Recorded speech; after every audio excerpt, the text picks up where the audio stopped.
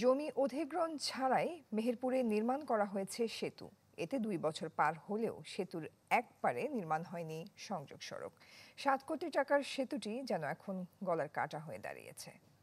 বিশ্বমানের থার্মিক্স রড, সালাম স্টিল থার্মিক্স, দেশের একমাত্র থার্মিক্স রড।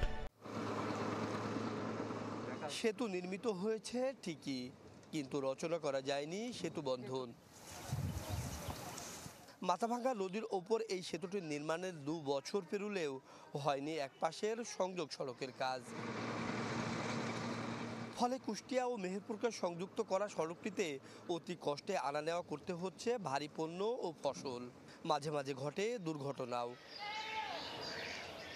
সেতুর এক পার কুষ্টিয়ার মধুগাড়ি গ্রামে রয়েছে সংযোগ সড়ক, কিন্তু জমি অধিগ্রহণ জটিলতায় আরেক পার মেহেরপুরের বেদবাড়িয়া গ্রামে এখনও নির্মাণ হয়নি সংযোগ সড়ক।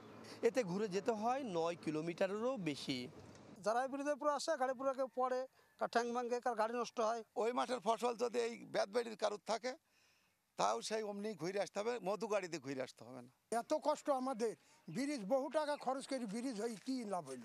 সংযোগ সড়ক না হওয়ায় এলজিইডি কর্তৃপক্ষের গাফিলি থেকে দুষছে স্থানীয়রা। কাজ শুরুর আগে কেন জমি অধিগ্রহণ করা হয়নি এমন প্রশ্নের সদুত্তর দিতে পারেনি এলজিইডি।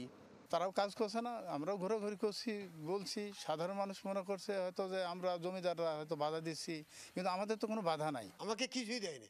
সম্পত্তি আমার এখানে 2টা প্লট আমার নিজের, 2টা প্লটের থেকে জমি পড়ছে। যা মালিক তারা ব্রিজ নির্মাণের পূর্বে তারা জমি দিতে চেয়েছিল রাস্তার জন্য, কিন্তু পরবর্তীতে তারা আপত্তি জানানোর কারণে সেখানে রাস্তাটি নির্মাণ করা সম্ভব হয়নি। যদি মন্ত্রণালয় থেকে দ্রুতটা যে প্রয়োজনীয় অর্থ বরাদ্দ সেটি পেয়ে গেলে আমরা আবার নতুন করে দরপত্র আহ্বান করে ব্রিজের যে সংযোগ রাস্তাটি সেটি ঠিকাদারের মাধ্যমে দ্রুত নির্মাণ করে দিতে সক্ষম হব।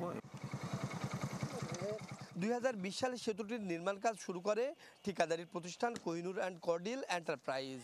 কাজ শেষ হয় ২০২৩ সালে।